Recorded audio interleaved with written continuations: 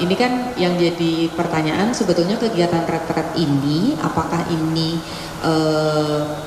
maksudnya penugasan dari Kemendagri, Presiden atau undang-undang ya Pak? Maksudnya dasar hukumnya pelaksanaan retret ini tuh atas perintah Kemendagri, Presiden atau undang-undang? Makasih Pak.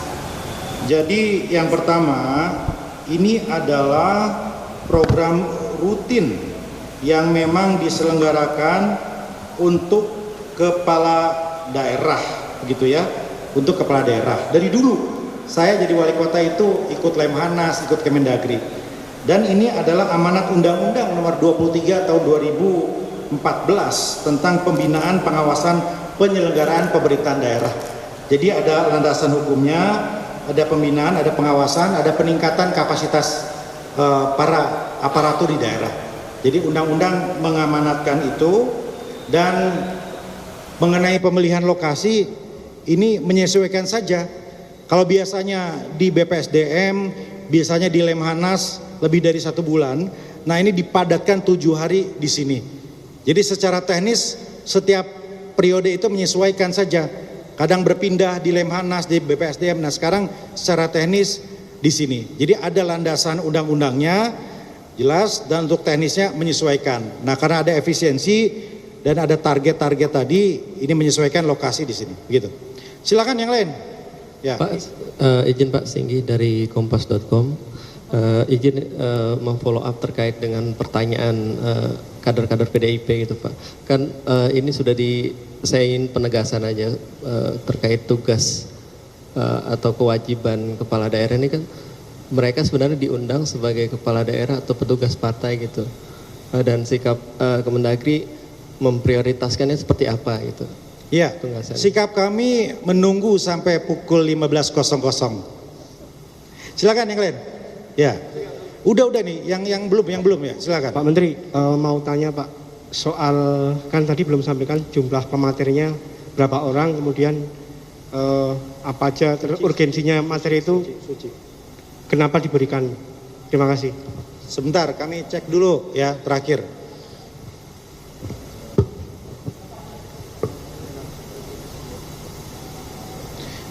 Jadi pembicara di sini itu pertama para Menko dan Menteri terkait.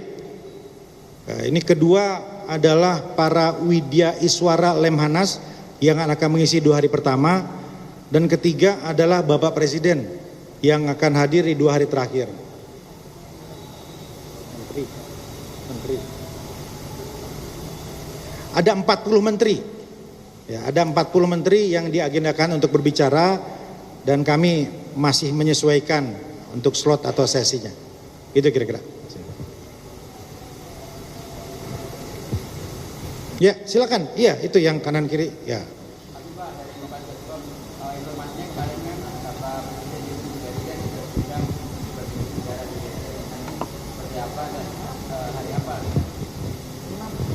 Siapa? Oh, begini. Bapak Presiden Prabowo, ya insya Allah akan diagendakan ini di ujung. Ya, di ujung acara retreat. Tetapi untuk teknisnya, jamnya, sesi apa, pasti nanti akan kita komunikasikan lagi. Nanti di ujung itu nanti ada acara Parade Senja, ya apakah beliau berkenan untuk bergabung, nanti kita akan pastikan lagi. Tetapi yang pasti di hari terakhir, beliau akan memberikan arahan kepada kami semua. Gitu, ya. Ya. Pak Wamen terkait. Saya Hendrawan dari CNN Indonesia TV, Pak Wamen. Pak, tadi terkait dengan amanat undang-undang tadi Pak, apakah kemudian dalam amanat undang-undang itu disebutkan bila ada kepala daerah yang tidak hadir maka akan ada implikasinya, sanksi misalnya, sama seperti misalnya dulu Pak Wamen ketika menjabat kepala daerah, apakah juga pernah ada kasus serupa dan kemudian apakah ada sanksi? Iya. Terima kasih. Sanksinya itu lebih kepada aturan dari kepanitiaan saat ini. Ya, jadi di undang-undang itu tidak ada misalnya berujung pada hal-hal lain secara hukum konsekuensinya, tidak ada ya. Tetapi ada kebijaksanaan sesuai dengan tahun pelaksanaannya yang akan kita sampaikan nanti sore hari. Siap, baik aman. Ya. kabarnya ada presiden yang terdahulu yang akan Ya, kita ingin ada tokoh bangsa yang juga berbagi pengalaman, kebijaksanaan dan kebijakan. Tapi sekali lagi tentu masih harus kita pastikan lagi konfirmasinya karena masih menyesuaikan terkait dengan jadwal yang sesuai. Ada lagi? Cukup ya? Terakhir. Ya. Terima kasih Pak Jamal dari Tempo. Kemarin kan ada untuk kontribusi dari kepala daerah yang kemudian dibatalkan ya Pak untuk acara ini. Kemudian pembatalan itu saat ini menggunakan anggaran apa ya Pak yang digunakan untuk retreat ini dari APBN, dari pos apa? Ya, sudah disampaikan dan berapa? Terima kasih. Sudah disampaikan oleh Pak Mendagri kepada publik melalui teman-teman media. Anggaran sepenuhnya berasal dari APBN di Kemendagri untuk peningkatan kapasitas kepemimpinan kepala daerah gitu ya.